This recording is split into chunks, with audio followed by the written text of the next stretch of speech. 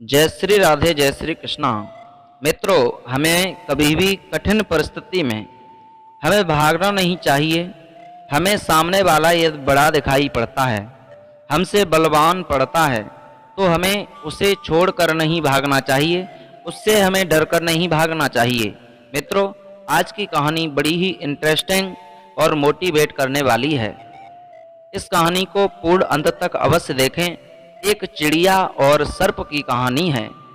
इस कहानी को सुनकर के आपके अंदर एक नई ऊर्जा प्रकट हो जाएगी, नई ऊर्जा प्राप्त होगी।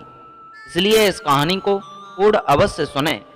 एक निवेदन करूंगा छोटा सा कि आप हमारे इस चैनल पर नए मेहमान और दर्शक बन करके आए हो तो इस चैनल को सब्सक्राइब अवश्य कर लेना। यदि आप पहले से ही चैनल सब्सक्राइब कर चुके हैं, हमारे परिवार का हिस्सा बन चुके हो, आपके लिए बहुत बहुत तहे दिल से धन्यवाद। इस वीडियो को ज़्यादा से ज़्यादा शेयर करें। आइए जानते हैं। एक बार एक घना जंगल था और उस घने जंगल में अनेकों जंगली जानवर और पशु पक्षी रहा करते थे। मित्रों, जब धीरे धीरे उसी जगह एक बिल में एक छोटा सा सर्प रहा करता था। जब वो कुछ जानवर ऐसे थे जो पेड़ पत्तों को खाते थे, घास को चरते थे, और उनमें से कुछ ऐसे थे जो एक दूसरे जंगली जानवरों को ही खा जाया करते थे। उन्हीं में से एक सर्प रहा करता था। एक छोटा सा बिल था और उस बिल में एक सर्प रहता था। मित्रों, सर्प जो था वो अपने भोजन की तलाश में निकलता और जाकर के जो भी चिड़ियाओं के छोटे छोटे बच्चे और अंडे मिलते उन्हें खा लेता था।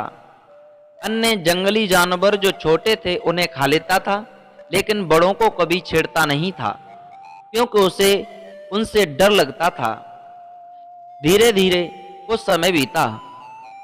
चिड़िया बेचारी घबराने लगी कि हमारे बच्चों को और अंडों को भी ये सर्प रोजाना खा जाता है। इस तरह से जब ये हमारे बच्चों को खाता रहेगा तो फिर हमारे वंश की हानि हो जाएगी, हमारी जाति प्रजाति ही लुप्त होती चली जाएगी। फिर आगे हमारी प्रजाति कैसे बढ़ेगी?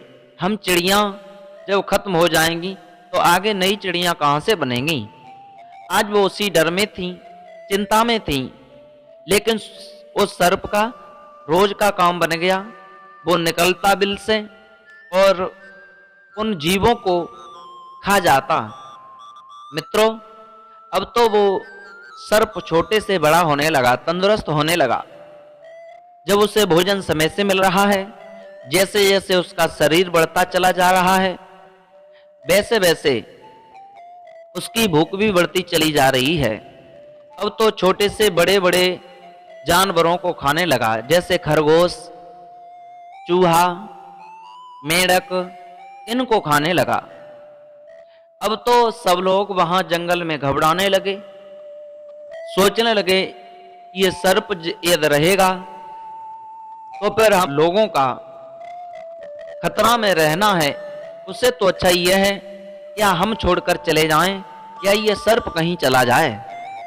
हुआ ये, एक दिन जब सर्प उस बिल में घुसता है तो इतना मोटा तगड़ा हो गया कि उस बिल के अंदर उससे घुसा नहीं गया, फंस गया बिल में, अंदर नहीं गया, जैसे तैसे बाहर निकल कर आया।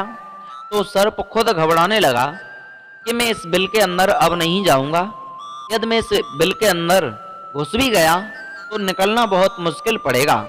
मित्रों, उसी वक्त वो सर्प निश्चय करता है, निर्णय लेता है कि इस जगह को छोड़ करके मैं किसी दूसरे बिल की तलाश करूंगा, क्योंकि सर्प कभी अपना स्वयं का बिल बनाकर, घर बनाकर नहीं रहता है, वो दूसरों के घरों में रहा करता है। वहां से सर्प चला, चलते चलते एक पीपल का पेड़ था। उस पीपल के पेड़ के खोह में, जड़ में कई चींटियों ने मिलकर के एक बिल बना दिया था।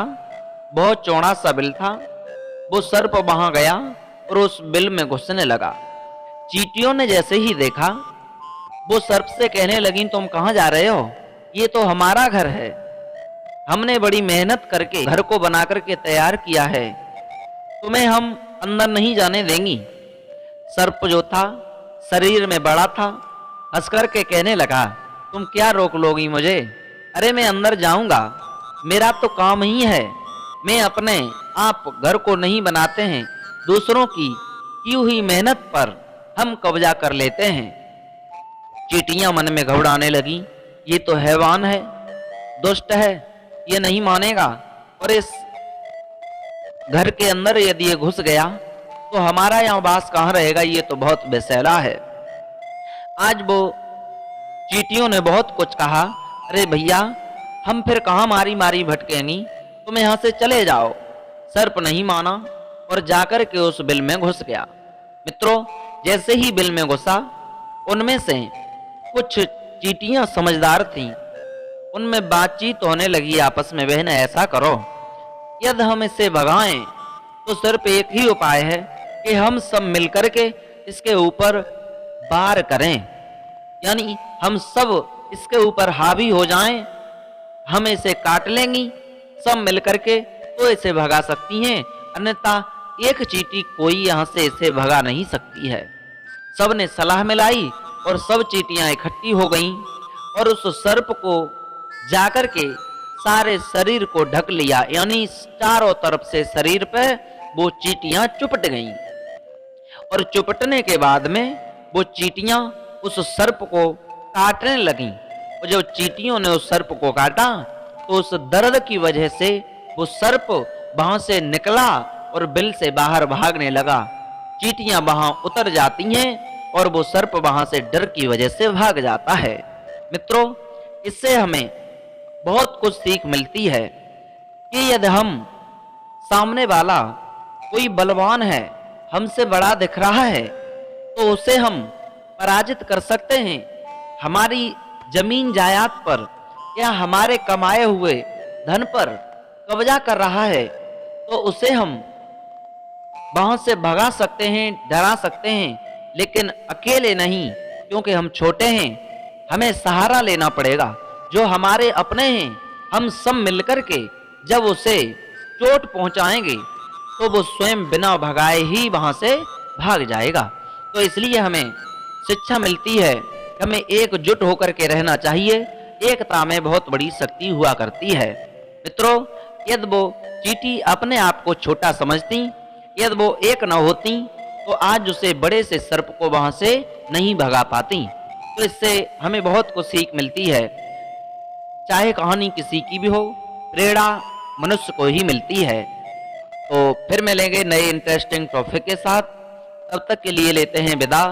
सभी भक्तों को जय श्री राधे, जय श्री कृष्णा, जय हिंद।